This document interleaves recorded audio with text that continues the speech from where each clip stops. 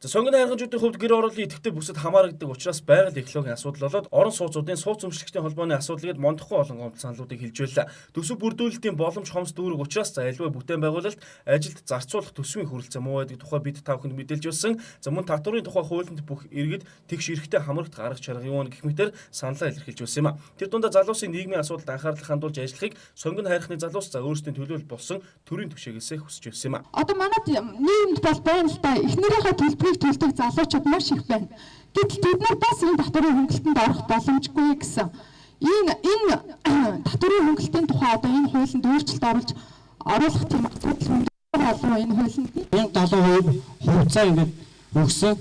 Тэгэхэд бол манай нэр за би юу авъя чи мөнгө авах гэдэг хуулиар мөнгө хэрэгтэй болж нэг нь мөнгө аваад хэрэглэе гэсэн. Тэгээд би болохоор мөнгө авъя гэж хэлсэн.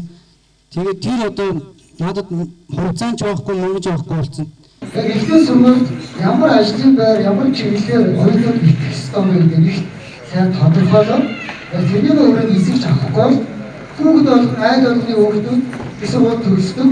Тэгээ гараад ихээр нөгөө диплом байсан ажилтгуучдын одоо бас ингэ хийж байна. Энэ тал дээр спорт комплексийн хувьд ажлын явцад 4 сарын 1-нд албан ёсоор бас ажиллана.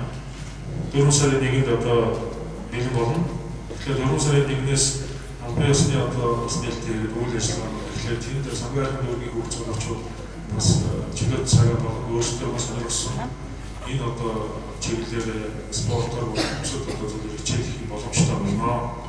Харин тэдний энэхүү асуудал тэдний төлөөлөл болж улсын хурлд суугаа сумын озрыг шүүн за болон тус дүүргийн иргэдийн төлөөлөгчдийн хурлын дарга Нямбатар нар дор дор нь хариултыг өгч хариалагдах ажил хариуцсан дүүргийн хилцээний дарга нарт үүрэг болгож байлаа. Энэ мэтлэн сонгон хайрхан дүүргийн бүх ороодын иргэд шийдвэр гаргах төвчний хүмүүстэй санал бодлого хэлж амьдрал тулгамдж буй асуудлуудаа шат дараалан шийдвэрлэх юм байна.